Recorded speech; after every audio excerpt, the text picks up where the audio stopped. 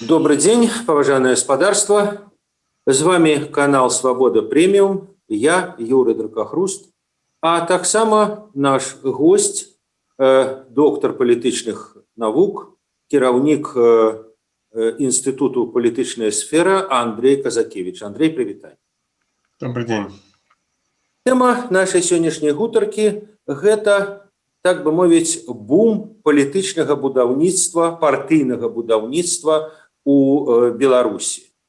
Что это означает? Ну вот я нагадаю, что литерально на протягу нескольких месяцев, нескольких тыдняў мы назираем инициативу партии «Союз Луща», пророссийской партии, инициативу Юрия Воскресенского, инициативу Андрея Дмитриева, який хоче трансформовать свой рух «Говори правду» партию, инициатива Віктора Бабарыкі, які ўжо другі раз пасля мінулага году кажа пра стварэнне партыі вместе разом. Ну і нарэшце вот падзея гэтага тыдня Павел Латушка абвясціў, што ён таксама стварае партыю. Андрей, чым это тлумачыцца? Вот чаму так вот называется густо, так шчыльна пайшлі гэтыя партыйныя праекты? Ну, беларуская палітычная модель была вельмі доўга, ну, вельмі простай, так, можна сказаць, прымітыўнай. Яна не прадугледжвала нейкай разнастайнасці палітычных інстытутаў. Фактычна толькі адзін мы маем моцны палітычны інстытут, гэта бюракратыя, то есть выканаўчая вертыкаль, ну, якая падпарадкоўваецца аўтарытарнаму лідарам. Ну, крызіс палітычны, які пачаўся ў мінулым годзе, ну, улетку фактычна ўжо пачаўся, ён проста выявіў гэту пустоту, да, і паставіў пытанне пра палітычную рэформу, і канстытуцыйную рэформу, да, як яе не называць, але сутнасць адна і тая ж, пра транзіт улады, што будзе пасля Лукашенка. І ўсё гэта прыводзіць да ідэі, ну, лагічнай, практычна там для ўсіх краін свету, ну, амаль што для ўсіх, да, што вось гэту вот пустоту інстытуцыйную трэба запаўняць перш за ўсё палітычнымі партыямі. То есть трэба адбудоўваць нейкія палітычныя арганізацыі, якія прадстаўлялі інтарэсы розных слоёў грамадства, розныя палітычныя інтарэсы. Ну і праз гэта вот праводзіць рэформу палітычнай сістэмы. Ну і гэта мы ж бачым, да, адбываецца і на ўзроўні ўлады, дзе таксама з'явілася вельмі много ініцыятываў. Некаторыя тут вамі былі абазначаны, але ёсць і многія іншыя, да, ёсць і жаданне стварыць партыю ўлады. Былі розныя ініцыятывы, запускаліся і ліберальна-дэмакратычнай партии увосень. Ну, правда, там ничего не взлетело, так публично, принаймні, так. Ну і многие іншыя, што пакуль што, скажем, вот неяк там бражэнне адбываецца, да, людзі вже неяк так вот спрабуюць прамацаць гэта поле, але пакуль публічна не запускалі. Ну і, конечно, для дэмакратычнага сегменту гэта таксама вельмі важна. Все-таки адбылася вельмі моцная мобілізацыя людзей розных слоёў насельніцтва ў розных гарадах у 2020 годзе. І, ну, каб гэтыя людзі засталіся ў нейкім актывізме, каб людзі засталіся ў нейкім руху, ну, то лагічна іх все-таки аб'яднаць у палітычныя ці грамадскія структуры, то есть нейкім чынам гэта інстытуцыялізаваць. Ну вот я думаю, что в этом контексте можно разумець такие вот... Андрей, а вот давайте про апошнюю вот эту опцию, якую вы закранули, про демократичный, скажем так, протестный лагерь. Ну вот зараз даволі широко, я не могу сказать, что паўсюль, але даволі широко пайшла думка про тое, что, маўляў, вот это партбудаўніцтва, партбудоўля, гэта фактычна раскол адзінага фронту, які летась, ну, я вам кажу, што людзі гавораць, я не кажу, што они маюць рацыю, ну, так гавораць. Вот. Раскол адзінага вот як бы пратэснага фронту. Был фронт, мы все были разом, так сказать, возьмемся за руки, друзья, як спевала Куджава, а зараз як бы мы уже за руки не трымаемся. Вот, и атрымліваецца, что як бы это не сродок мобилизации, а сродок демобилизации. И ну вот у меня такое отчувание, что як бы это выказывают не только там особо блогеры, те кто вот, а ну вот скажем люди со штабу Тихановской, ну яны так вот так выразно не говорят, але ну так сказать такие мягкие намеки дают, что может быть это вот и не самая удалая идея, ну и принамсі як бы сама Тихановская и штаб, люди вокруг яе, ни про якія партии принамсі пакуль размову не ведут. Вот як вы ставитесь до гэтай тезы, до гэтай, так бы мовить, послания, что партия это раскол? Ну, я б так вот не акцентовал бы так эту проблему таким чином, потому что все-таки исторично, узгадаем лето 2020 года, вот то, что мы зараз называем демократичными силами, эти новые оппозиции, это все была коалиция разных гульцов, так. Был штаб Тихановскага, был штаб Бабарыкі, был штаб Цыпкала, яны аб'ядноўваліся. Пасля падзею, то есть пачатку пратэстаў коаліцыя крыху змянілася, але тым не менш это заўсёды быў ну як бы фронт, можна і так назваць там, да, але все адно гэта коаліцыйны быў фронт, калі так казаць, да, і зараз мы просто бачым, што вось ці суб'екты гэтай коаліцыі спрабуюць ну неяк адстроіцца, інстытуалізавацца, рэагаваць на тыя новыя выклікі, якія мы маем у гэтым годзе. Я не буду казаць, ці правільна гэта ці не, ці можа быць гэта неяк там па-іншаму, але ну, логіка ў гэтых працэсах ёсць. Як я ўжо сказаў, што ёсць неабходнасць думаць пра інстытуалізацыю, пра тое, каб захаваць актывістаў, захаваць грамадскую увагу, каб мець магчымасць пашыраць свае ідэі не толькі вот праз медыйныя каналы, што фактычна зараз вот асноўная да, форма працы для дэмакратычных сіл, але і таксама праз іншыя формы палітычнай працы. Для гэтага, конечно, трэба нейкія структуры там на зямлі, у Беларусі, і ну, стварэнне такіх структур выглядае ну, дастаткова лагічным. Хаця, конечно, гэты працэс не пазбаўлены пэўных супярэчнасцяў. А вот я хотел еще, вот вы уже эту тему как бы закранули, вот нехта может сказать, и я думаю, и говорит, что а на что партии? Ну, вот есть дворовые чаты, да? Есть страйкамы розных прадпрыемстваў. Ёсць сапраўды, як вы сказали, аўдыторыя тэлеграм-каналаў. І ведаеце, я вот памятаю свой час у 70-е гады, калі ездзіў в Москву, значит, выходзіш з беларускага вакзала і велізарнымі літарамі вісіць выказванне Леніна. Газета не толькі калектыўны агітатар і прапагандыст, але і калектыўны арганізатар. І в этом сэнсе тэлеграм-каналы, ну вот яны паводле ленінскай, так сказать, формулы, причем в самом практичном плане мы памятаем, как это было летось, так сказать, вот эту функцию коллективного организатора и выконывали. Коли это так, то а на что партии? Ну, это пытанне узмацнення і зноў жа я казаў інстытуалізацыі. Калі такая вот мобілізацыя спантанная была, да, звязаная хутчэй з проста інфармацыйнай працай, гэта, конечно, вельмі важна было, і гэта істотна паўплывала на тое, як разгортваліся падзеі палітычныя ў Беларусі. Але ну, бясконца гэта такая вот актыўнасць не можа працягвацца без нейкай інстытуалізацыі. Ну, практыка паказвае розных краін, розныя часы, што так ці інакш трэба думаць і пра іншы ўзровень. Да? Каб утрымаць увагу вось гэтай аўдыторыі, таксама трэба нейкія палітычныя дзеянні. Палітычныя дзеянні ўнутры краіны. Конечно, скажем, альтэрнатывай, напэўна, так, стварэння такіх вот партый мог бы быць стварэнне нейкага агульнага руху. Так, то есть, зноў жа, ну, нейкае такога шырокага аб'яднання. Туды маглі б, напэўна, увайсці і грамадскія арганізацыі, там, і стачкамы, там, і аудитории, да, и локальные чаты.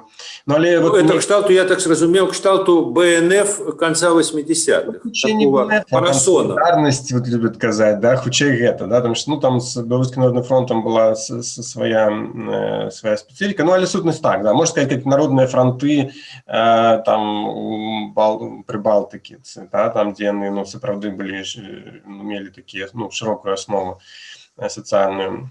Вось. Ну, зноў жа, тут нічога нельга браць як гатовую мадэль, але сутнасць такая, да, што просто тады ўсе аб'ядноўваюцца, але все адно мусіць быць нейкая арганізацыйная структура, да, все адно мусіць быць нейкая агульная, ну, калі не кіраванне, то каардынацыя, агульныя інфармацыйныя палітычныя кампаніі, і вось такім чынам. Ну, вот, ну, на жаль, там, ці на шчасце, ну, не хочу зараз казаць, але, скажем, по гэтым сцэнары сітуацыя не разгортваецца, і разгортваецца просто так, што кожны з гэтых суб'ектаў дэмакратычнай кааліцыі, ён развіваецца па сваёй логіцы, залежыць ад таго, як ён разумее вот, актуальныя палітычныя выклікі. Але я, зноў жа, паўтарую, тут я б не казаў пра раскол, пакуль не будуць іх рэальных нейкіх прыкметаў, то есть калі дзейнасць адных арганізацый будзе супярэчыць дзейнасць іншых. Пакуль што вот канкрэтна супярэчнасцяў ці сутыкненняў ці канфліктаў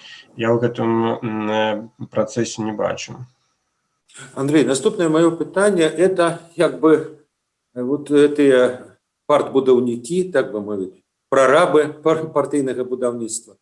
Яны разлічваюць на афіцыйную рэгістрацыю. Ну, нехта, магчыма, і разлічвае, скажам, тая ж партыя «Саюз», ці партыя Воскресенскага, а вот, умоўна кажучы, партыя Бабарыкі, які сядзіць на лаве падсудных, ці спадара Латушкі, які ўвогуле трактуецца як тэрарыст, ну, як уявіць сабе іх як бы рэгістрацыю. Ці тут і як бы і няма ніякага разліку. Урэшце-рэшт партыя – это ну, як бы структура палітычнай мабілізацыі, а зусім не абавязкова, так бы мовіць, чтобы ўлада гэта прызнавала. З іншага боку, ну, вот все ж таки, як бы, мне здаецца, ну, вот і нават з боку, скажем, актывістаў вот, каманды Бабарыкі, ну, гучаць галасы пра тое, што вот добра было б, каб вот, на выбарах будуць выбары, мы ў іх паўдзельнічаем, ну, паўдзельнічаем як партыя, то есть вот ёсць разлік на рэгістрацыю. Я хочу нагадаць, апошні раз, здаецца, в Беларусі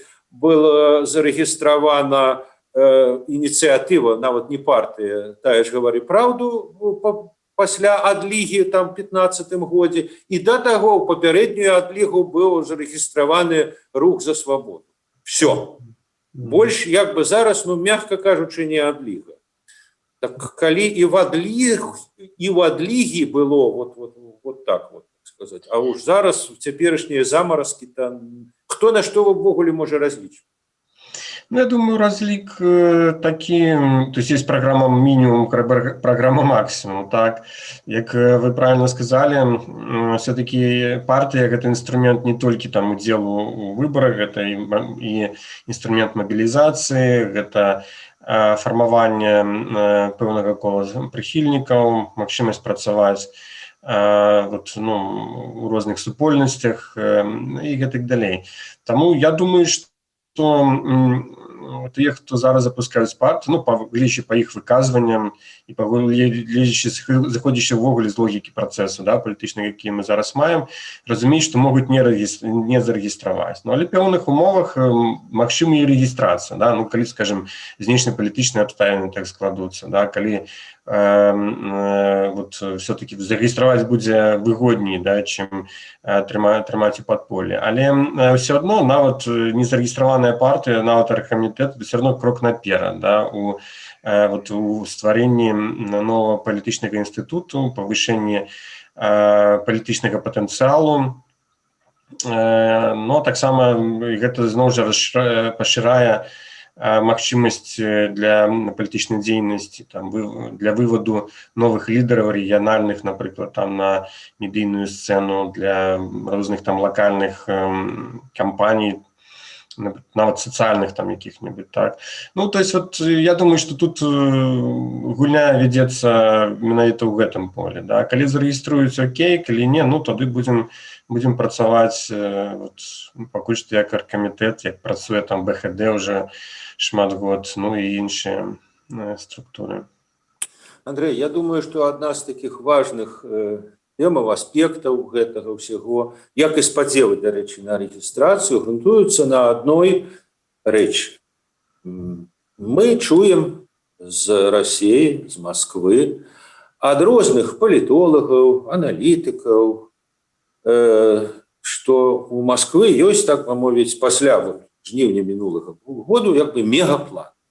Мегаплан полягае у, ну, калі так спрощана крыху сказаць, што ператварэнне сучаснай аўтарытарнай дыктатарскай персаналісцкай Беларусі в такую своеасаблівую рэч Паспалітую, дзе улада кіраўніка дзяржавы, так сказаць, яна вузкая, усім як бы кіруе Сейм, якім шмат партыяў, праз гэтыя партыі як бы Расія там чымсьці, так сказаць, кіруе, значыць, там разводит, и, значит, и будзе ёй Россия шчасце.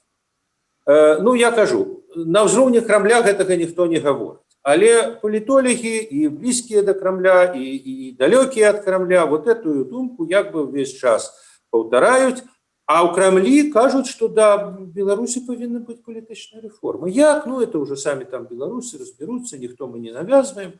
Але вот як бы вот ёсць две рэчы, такія агульныя словы з Крамля і вот такая как бы такой аналітычны мейнстрим у России, что значит вот хорошо бы было бы так. Ну, вы памятаеце, вот праз инсайдер быў зліў этих кремлёвских папер там адпаведнага управлення Крамля, як яны там ствараюць, спрабуюць ствараць вот палітычныя партыі. На ваш погляд, наколькі это ввогуле сур'ёзнае? То есть ці сапраўды у іх ёсць такі намер, і калі ёсць, то як бы наколькі яны моцна яго хочуць, наколькі яны гатовы як бы класціся в это і выдаць, магчыма, какие-то пернікі, скажем, Лукашенко, а наколькі, так сказать, пригрозить пугай, что вот калі вы этого не зробіце, вот такую вот систему, больш як бы такую вольную для партыі, то, маўляў, грошай не атрымаеце. Ці это так, як памятаеце ў тым анекдоце про, так сказать, самае, як там лев складаў там, меню і там вечеры кажуць там зайцу, так сказать, зайчик, прыйдеш завтра, значит, на вечеру, буду тебе есть. Тут кажа, пошел ты. А, ну тады, калі так ставишь пытанне, я тебя выкрэслю. Вот, магчыма, расейцы таксама так гавораць. Александр Григорьевич, вы павінны стварыць партыйную сістэму, даць магчымасць зарэгістравацца. Да пашлі. А, ну так ставіце пытанне. Ну, думаю, что гульня якраз будзе складаная. Да? Я не думаю, что есть нейкі дакладны сцэнар, по якім там Кремль хоче рэфармаваць Беларусь. Але ён просто прасоўвае, ну, по вот всей бачнасці, некія прынцыпы, да? Что мусіць быць рэформа, мусіць быць транзит, мусіць быць вот непэўная трансфармацыя партыйнага поля. Ну вот і неяк так, да. Я не думаю, что там вот некая деталізацыя на гэты конт ідзе. Тут уже сапраўды сам Лукашенко мусіць гэтае пытанне вырашаць, потому что, ну, ёсць плюсы і ў захаванні Лукашенка, і ввогуле такой персаналісцкай дыктатуры, антызаходняй, потому что ее таксама просто кантраляваць. Вось. Ёсць плюсы і ў стварэнні такой, вот, як вы назвалі, Рэч Паспалітай, ці там, скажем, нейкай парламенцкай рэспублікі. І мінус ёсць, зноў жа, ў першым, другім варыянце. Да? І я таму не думаю, што жорстка Кремль будзе прасоўваць нейкі такі сцэнар. Адзінае, што думаю, даводится до Александра Лукашенко, что трэба неяк завершаць палітычны крызіс. Ну, калі, скажем, не атрымалася чисто силой и фальсификациями, ну, тут трэба, значит, нейкі консенсус, трэба вот некая такая больш инклюзивная палітычная система. Але я, может, тут еще один важный момент сказал, да, кроме Кремля, что и ў дэмакратычным асяроддзі, вот по тым дыскусіям, які мы зараз вот мелі по Конституции, по палітычнаму уладкаванні, абсолютно доминует, абсолютным мейнстримом является парламентско-президентская все-таки республика. Уже за моцного президента никто не выступает, принаймні відкрито. Фактично за моцного президента зараз виступає тільки сам Лукашенко, і коло його прихильника. Ось такі зараз розклади. Ну, це справді така цікава річ, на яку я звернув увагу, і от мені цікаво, як ви її все-таки інтерпретуєте. Белорусская влада абсолютно агрессивно реагует на многие формы самоорганизации. Ну, скажем, там на аудиторию телеграм-каналов, так мы ведаем, там людей примушают открыть телефон, и когда у тебя там есть ай-яй-яй экстремистский канал, то, значит, отповедно будут наступства. Иде полевание за этими дворовыми чатами. Но не партиями. Вот идея створить партию, там, организацию партии, на партии, ну да, Лукашенко уже сказал, треба перерегистрировать, но вот покуль не про одну партию зисных, вот не идея, что это уже есть криминал, это уже есть крамола. Из іншого боку, вот сам Лукашенко говорит, да не нужно эту партию, не нужно Белую Русь, скажем, перетворять в партию, але это хіба не одиная альтернативная думка, которая дозволена, которая легитимная. То есть там Давыдько может себе дозволить сказать, а я лечу, что треба, как Белая Русь была партией. Петровский. И их за это не тягнуть КДБ, там не сажают, это не разглядается как подрыв устоев. Это певний плюралізм в рамках, да, вот Олександр Григорович лічить так, а вот яны лічать по-іншому. Вот як бы вы потлумачили вот так ставление такое, я не скажу, что прихильное, але допущальное на вот теперешней ситуации и на одном боку, и на другим боку. Влада ставится нормально, да, вот этих партийных, так бы мовить, задумок. Чому? Думаю, что они просто разглядаются как меньшая погроза, это прежде за все. А по-другое, думаю, что там на самом версии, да, белорусского кіраўніцтва есть разумение, что створение такой, умовно кажучи, военной диктатуры, такой, скажем, репрессивной політичной системы, это так само вельми великие ризики. И абсолютно не факт, что это отрымается, и не факт, что это будет тривать и на Заходе, и на Усходе. Трымаць, да, то есть и подтрымліваць. И что треба думать и про вариант Б, то есть больше инклюзивную палітычную систему, так, с некими партиями, максимум некую такую кіраваную демократию, дисциплинованную демократию, але все равно не атрымаецца ніяк гэта зрабіць без той ці іншай ступені партыйнага плюралізма.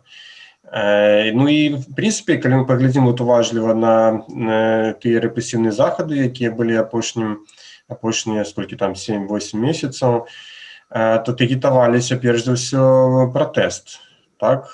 Тыя, хто выходзілі на пратэсты, тыя, хто так ці інакш асвятлялі пратэсты, і все, што вакол гэтага. Сапраўды, ці рукі не дайшлі, ці стратэгічная мэта не ставілася разбірацца абсолютна з усімі палітычнымі сіламі, в тым ліку і інстытуцыялізаванымі палітычнымі партыямі, арганізацыйнымі камітэтамі і так далее. Мне все-таки падаецца, што нават есть адчуванне, што вайна яшчэ на гэтым фронте можа просто быць занадта рызыкоўнай, да, і замест нейкіх там плюсаў прывесці наадварот да новага палітычнага крызісу. Андрей, а вот по ваших звестках, может, вы, так сказать, ведаете, как-то коммуникуете с людьми, вот наколькі на уладным баку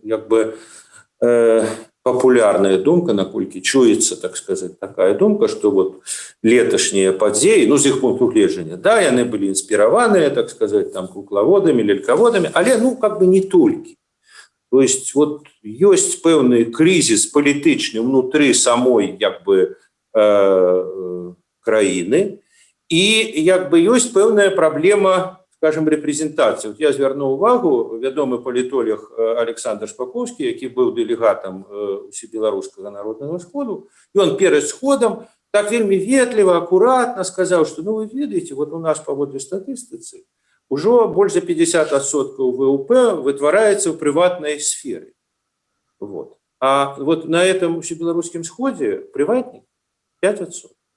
Ну вот 50 и 5. Это как-то вот. Он не сказал, что это треба поменять. Он сказал, что это есть проблема. Вот такие, так бы мовить, думки, что, ну вот, на вот з іх пункту гледжання, что летась было все-таки не только, ну, принамсі не только, как бы, ворожее ўварванне, а что есть пэўныя колы, грамадства, якія, магчыма, незадаволены, магчыма, трэба іх чымсьці задаволіць. Ну, вот, как бы, модель царскага маніфесту 17 кастрычніка 1905 года. Вот, ну, кажучи ў тэрмінах той эпохі, так бы мовіць, ці ёсць там нейкі Вітте, які, так сказаць, государю можа увесці думку, што вот, як бы, трэба вырашаць все-таки некія ўнутраныя праблемы, што яны ёсць ўнутраныя праблемы, а не толькі там знешняя навала. Ой, ну, я думаю, что абсолютно большасць гэта разумее у той ці іншай ступені. Все опираецца ў тое, што ёсць, конечно, лобі, ну, скажем так, ястребов, да, якое прасоўвае такую вот радыкальную лінію, і гэтым бачыць, я думаю, зноў жа, я таксама думаю, все это разумеюць, але просто яны бачаць вот у такой жорсткай рыторыкі свае кар'ерныя магчымасці, свае магчымасці палітычныя, да, выйсці на першы план. А так, ну, натуральна, у шырокіх пластах, ну, принамсі, мне так падаецца па назіранням, па камунікацыі з гэтымі людзьмі, ёсць разуменне, што, конечно, крызіс выкліканы ўнутранымі прычынамі. Это па-першае. Па-другое, все адно трэба думаць пра тое, што будзе пасля Лукашенка. А калі не адбудаваць нейкія інстытуты, нейкія новыя правілы, не задаволіць, прынамсі, большасць грамадства, ну, што тут, нічога не атрымаецца.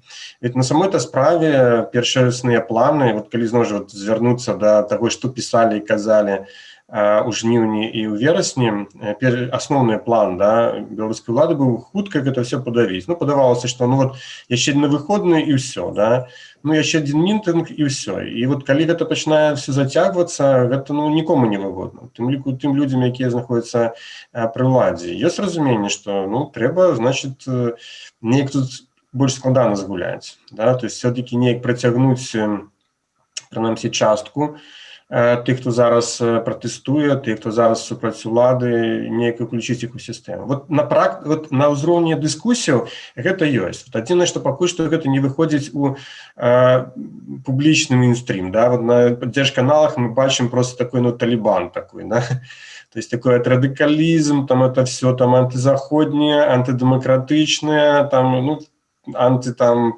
БЧБ і гэтак далей, да. На ВНС таксама вельмі неінклюзіўна атрымаўся, да.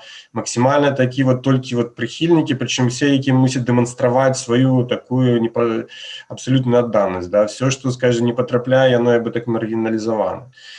Вот, да, таму, да, вот на вот гэтай вот на публіку, да, фактично як бы вот вядзецца такі вот ідэалагічны маналіт, але на ўзроўні дыскусіі все, конечно, больш складана. І зноў жа тут вылікі нават не толькі ёсць палітычныя, але і эканамічныя. Як вядома, эканамічная сітуацыя далёка не лепшая, бізнес-клімат пагаршаецца, ну, теперь нам устойліва кепскі, да, уже са жніўня. І гэта просто параджае цэлы ворхал праблем. Ну і галоўна, як это вырашыць. Но я не думаю, што больш ці менш такія, ну, трезвамыслящие ідэолагі думаюць, што яны змогуць пераканаць вот тых, хто пратэставаў, тых, хто, скажем, выступае за дэмакратызацыю, тым, што не, вот давайте вот будем все трымацца аднаго лідара і гэтак далей. Пераканаць немагчыма, тут альбо трэба падаўляць, альбо неяк уключаць сваю гэту вот арбіту. Вот з падаўленнем пакуль што не вельмі атрымліваецца. Я маю на ўвазе менавіта пратэксных настрояў, да, а не выступаў. І тут на самой справе не так шмат ёсць поля для манёвру. Таму так, я думаю, што многія гэта все разумеюць, просто зараз логіка працэсу такая, што ну, вот гэты каток нейкі час, напэўна, мусіць праехаць яшчэ. Калі там будзе дээскалацыя, ну, пакуль што, конечно, цяжка прадказваць. Ясно, добра. Дзякуй вялікі, Андрей. А нашым глядачам я нагадаю, што за тым, як все ж таки будуць развівацца падзеі і як будуць дзейнічаць гэты складаны суплёт фактараў, яны могуць сачыць на YouTube-канале «Свабода Прэміум» і ў тэлеграме «Свабода». Всяго найлепшага. Счастливо.